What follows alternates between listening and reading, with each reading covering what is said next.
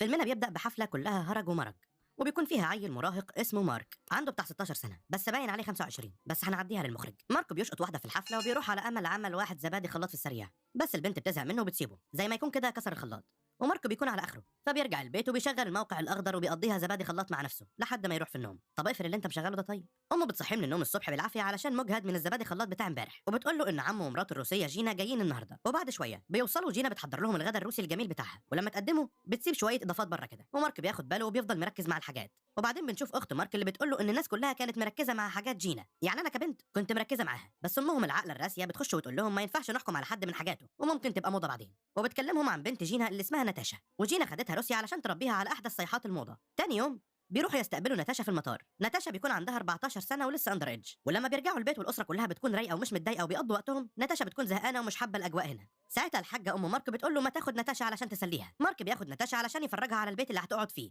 وبيوريها الاوضه بتاعته اللي هتبقى جنب اوضتها ان شاء الله. ناتاشا بتسال مارك ازاي بيقضي وقته في الاوضه، فبيقول لها يا دوبك شويه افلام ثقافيه على افلام وثائقيه على فيديوهات عالم الحيوان بعد صلاه الجمعه. ناتاشا بتقول له افلامي بس، قول لي عملت زبادي خلاط مع كام بنت هنا؟ مارك بيقول لها يا بنت وانا اللي فاكرك مؤدبه، وبيقول لها انت عندك 14 سنه وما تعرفيش الفرق بين الزبادي خلاط والسحلب بالمكسرات.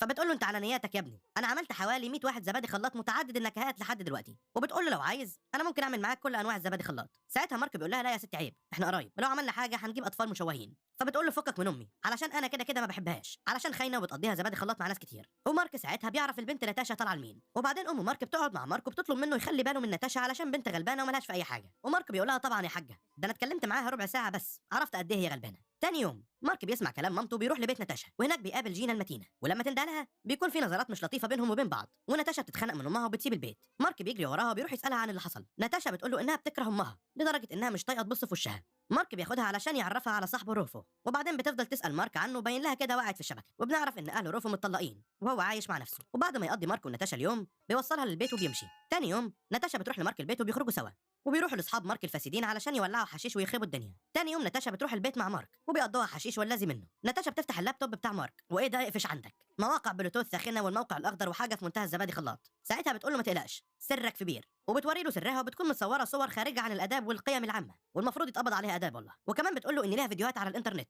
وبعدين بتبدا تندمج مع الوضع وبتقلع علشان تغريه. ومارك علشان عبيط بيسخن وبيعملوا واحد زبادي خلاط في السريع قبل ما حد يدخل الشقه. بعدين بتبدا تشرح له قصه كفاحها في مجال الزبادي خلاط من وقت ما كان عندها 12 سنه، وبتقول له على الكبيره وان امها عارفه اللي هي بتعمله وبتستغلها علشان الفلوس. يا على حنان الام. ومش بس كده، دي كمان امها بتقلب الفلوس منها ومش بتديها اي حاجه، وعلشان كده علاقتهم متدهوره ومش بتطيقها عشان سايباكي في مجال الزبادي خلاط. طبعا لا، علشان بتاخد مني الفلوس كلها ومش بتقسمهم معايا. ومن وقتها مارك وناتاشا بيقضوا الوقت كله مع بعضهم، ويوميا واحد زبادي خلاط بدون اي اضافات. بس بمرور الوقت الواد مارك العبيط بيقع في شبكتها وبيحبها حب حقيقي من اللي بيعيش يا حبيبي. بالليل بيعدي عليها وبياخدها الحفله مع الشباب، وبتكون الحفله دي بره المدينه علشان ياخدوا راحتهم. بعد كام يوم العم والعمه بيسافروا كام يوم، فبيسيبوا ناتاشا مع مارك علشان يخلي باله منها.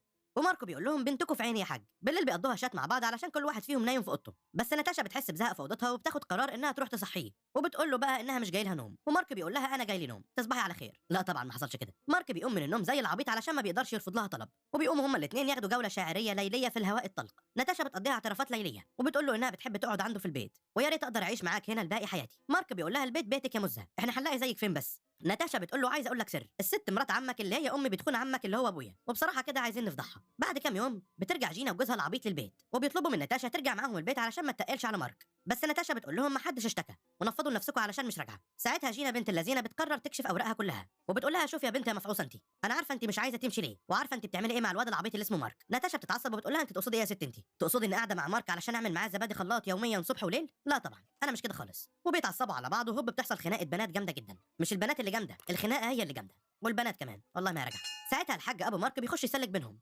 وبيهديهم وبيقول لهم عيب يا جماعه انتوا اسره مع بعضيكم، وبيقنع ناتاشا تروح مع امها وابوها وبتروح في سكات. تاني يوم مارك بيروح يقابل ناتاشا في بيتها وبيعتذر لجينا عن الزبادي خلاط اللي عمله مع بنتها، وهي بتقول له ولا يهمك يا حبيبي اكيد البنت دي هي اللي جرتك للرذيله. جينا بتقول له الاحسن ليك تمشي وما تشوفش البنت دي علشان هتجيبك الارض وانت لسه صغير مش حمل بهدله. مارك بيخرج وهو حزين ومكسور، بس بالليل ناتاشا بتخلع من البيت وبتروح تقابل مارك وبيكون معاها كل شنطها وحاجتها، وبتقول له انها هتهرب وتروح فلوريدا ويا ريت تيجي معايا ونبدا حياه جديده مليانه بالزبادي خلاط. وبتقول له ان عمك طلق جينا وكل كل ده بسببي وانا لا يمكن اعيش معاهم. ولما يسالها ازاي بسببك، فبتقول له اصل بصراحه كده انا عملت واحد زبادي خلاط مع عمك العبيط ده. مارك بيقول لها الله يخرب بيتك، مش سايبه حد في حاله، وبيخليها تنام الليله دي عنده بس من غير زبادي خلاط. تاني يوم مارك بيقلب لها الشقه في قرشين علشان تصرف منهم في فلوريدا، وبتمشي ناتاشا الصبح بدري قبل ما حد يقفشها. الصبح الاسره بتتجمع وبيتكلموا عن عم مارك وعن ناتاشا وجينا بنت اللذينه، بس مارك مش بيرضى يقول على الاسباب بتاعه الطلاق وبيعمل نفسه من بنها. بعدين مارك بيخرج وبتجيله مكالمه من صاحبه بس مش بيرد عليها، بيتقل يعني. بعد كام يوم كده مارك بيخرج وبيروح لبيت روفو، وهناك بيلاقي ناتاشا قاعده معاه، فبيتعصب. بس روفو بيقول له انا فضلت اتصل بيك علشان اقول لك وانت كنت منفضني. ساعتها ناتاشا بتبص على مارك وهي متعصبه،